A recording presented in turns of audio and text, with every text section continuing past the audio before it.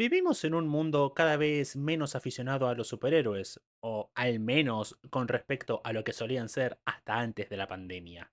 Si antes cualquier película de Marvel se metía de cabeza a los $1.000 millones en taquilla sin mayor problema, ahora podríamos tener el primer año en mucho tiempo en el cual no veamos una sola película del género en el top 10 de recaudación global. Y eso por citar apenas una de las muchas razones tras la caída en desgracia de estas obras. Esto además se suma con lo golpeada que está la marca DC en el cine, la cual nunca terminó de cuajar con la audiencia, ni siquiera en los días donde el género estaba en boca de todos y cualquier cosa podía volverse la cinta del año. El concepto que mucha gente tiene sobre DC es que es casi incapaz de producir algo que no sean películas de Batman, aun si el éxito de Aquaman y el impacto cultural de figuras como Harley Quinn invitan a creer lo contrario. Más aún, pocos superhéroes fueron dañados más en esta década que Superman. Desde el intento fallido de Zack Snyder por mitificarlo y darle una impronta más solemne y épica, hasta las numerosas pseudo-deconstrucciones del personaje que se repitieron una y otra vez, al grado en el que la idea de un Superman malvado dejó de ser una pregunta interesante para convertirse en un cliché que cada día agota a más personas, parecía que una película live action del personaje en su concepto más básico nunca podría ver la luz, o, de hacerlo, no iba a ser ni por casualidad una película querida por la audiencia. Bajo este contexto llega Superman 2025, dirigida y guionizada por James Gunn, responsable de la trilogía de Guardianes de la Galaxia, la película de The Suicide Squad, la buena, y la serie de Peacemaker del universo DC. Si están prestando atención, entonces entienden que la tarea de Gunn rozaba lo imposible. No solamente hablamos de armar un nuevo universo cinematográfico de superhéroes en un año donde ambos conceptos hacen a más de uno rodar los ojos, sino que además tenía que hacerse con un héroe que nunca abandonó por completo el estereotipo de Boy Scout bonachón y aburrido y, por si fuera poco, a cargo de un director que, de buenas a primeras, no invitaba a creer en su capacidad por el cargo, no por falta de talento, sino por su afición a trabajar con personajes más bien grises y un humor más soez. Contra todo pronóstico, la película fue un éxito, y creo que vale la pena entender el porqué. Lo primero que resalta de la película es nuestro trío protagonista, compuesto por David Corenswet como Superman, Rachel Brosnahan como Lois Lane y Nicholas Hoult como Lex Luthor. Quizá esté picando demasiado de echar flores en exceso, pero los tres me parecen de los mejores casteos del género. No me interesa hacer comparaciones directas con otras encarnaciones de estos personajes porque entiendo que todas ellas responden a diferentes contextos. Así que, si digo lo anterior, es por lo que siento sobre sus desempeños de manera individual y concreta. Cada vez que aparece alguno de estos personajes, devora la escena sin ningún problema.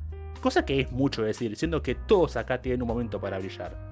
Destaco particularmente a Holt, el cual logró entender no solamente el ego desmedido del Lex Luthor, sino también su envidia hacia Superman y la elegancia e inteligencia que el personaje tiene que tener. Como alguien que no puede disociar a Lex de tener una voz grave, esto gracias a muchas de las encarnaciones animadas, Holt se las arregló para hacerme sentir que estaba viendo al verdadero Lex Luthor, aun si su voz no resulta intimidante de buenas a primeras. Aunque claro, como acabo de decir, todos acá tienen un momento para brillar. Hay quienes dicen que no todos los personajes se desarrollan como deberían y lo puedo entender. Personalmente creo que Terrific o Hawkgirl se hubieran beneficiado de tener trasfondos más elaborados, pero eso no quiere decir que vaya a negar lo evidente. James Gunn es experto en tomar personajes desconocidos para cualquiera no aficionado a los cómics y volverlos favoritos de la audiencia en general, y esta película no es la excepción. Aun si no vas a salir de Superman sabiendo a detalle quiénes son y qué motiva a los miembros de la Justice Gang, cosa que espero sea remediada conforme avance este universo, sí es muy probable que salgas amando al menos a uno de los personajes secundarios y deseando saber más de ellos, lo cual es claramente el objetivo. Claro que esto no aplica solamente a los miembros de la Justice Gang y ni siquiera al genialísimo Guy Gardner de Nathan Fillion, sino que sirve para todos los personajes que tienen algún tipo de peso en la trama. La dinámica de Eve y Jimmy Olsen me parece particularmente graciosa. Los Kent logran ser memorables aún con el poco tiempo que aparecen en pantalla. Y Supergirl, Dios mío, Supergirl. Millie Alcock se roba la película como si fuera político argentino recién asumido, con menos de 2 minutos en pantalla y un cameo sobre el cierre. Nada de esto pasa porque sí, sino que se debe a que la película busca darle a todos sus personajes algo que hacer y que estén ahí por algo aparentemente de simplemente aportar lore o tirar alguna promesa que no se va a cumplir. Nada se siente desperdiciado, porque la película logra el delicado equilibrio entre darle un momento para brillar a cada personaje que sale, cosa que no es sencilla dada la cantidad de los mismos, y entender dónde radica el núcleo emocional de su historia. Ahora bien, en cuanto al ritmo, creo que es acá donde la película juega una de sus cartas más interesantes. James Gunn sabe que nosotros ya conocemos la historia de Clark Kent, aun si es por ósmosis, y no pierde tiempo en volver a contarnos el origen de nuestro protagonista, sino que empieza en plena acción ofreciendo apenas un poco de contexto que, a nivel personal, me recuerda a las plantillas introductorias de Star Wars en sus mejores épocas. Leí una crítica diciendo que esta película se siente como un equivalente a entrar a la run de un cómic ya empezado, en donde tenés que ir armando la información con pedacitos de lo que vas viendo. Y creo que tiene razón. Pero claro, esto es cierto en el mejor sentido posible, porque aún así la trama te ofrece momentos muy puntuales donde podés entender qué pasó sin ningún problema. Miren, yo soy alguien que defendía la no inclusión directa del tío Ben en las películas del Spider-Man de Tom Holland. Ahora entiendo mejor a quienes lo criticaban y decían que era necesario meterlo, más que nada porque Superman se las arregla para referenciar las fases del personaje sin caer en la repetición. Cosa muy meritoria si entendemos que el montaje es directo y no tenemos un solo flashback en todo lo que dura el film. Pese a un inicio más bien frenético, la cinta sabe perfectamente bien cuándo detenerse en lo terrenal. Me sorprendió ver esa escena de Clark y Lois charlando tras saber que duraba 20 minutos porque se siente dinámica, es atrapante y contribuye todavía más a entender a estos personajes, de dónde vienen a nivel moral y cómo entienden la vida. Este tipo de cosas se agradecen en un género que parece cada vez más hecho con plantilla y menos dado a lo humano, al menos desde mi punto de vista. A nivel visual, no siento que Superman reinvente la rueda, pero está muy lejos de verse genérica, si es que eso tiene algún sentido. Mama mucho de la estética de James Gunn de usar colores brillantes con gamas variadas que contrastan con ambientes más oscuros para reforzar lo fantástico de sus escenarios, pero no se detiene ahí.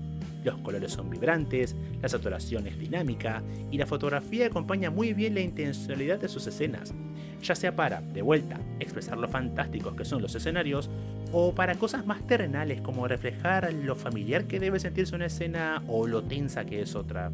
De vuelta, no es nada que reinvente la rueda, pero creo que es funcional para lo que la película está tratando de contarte.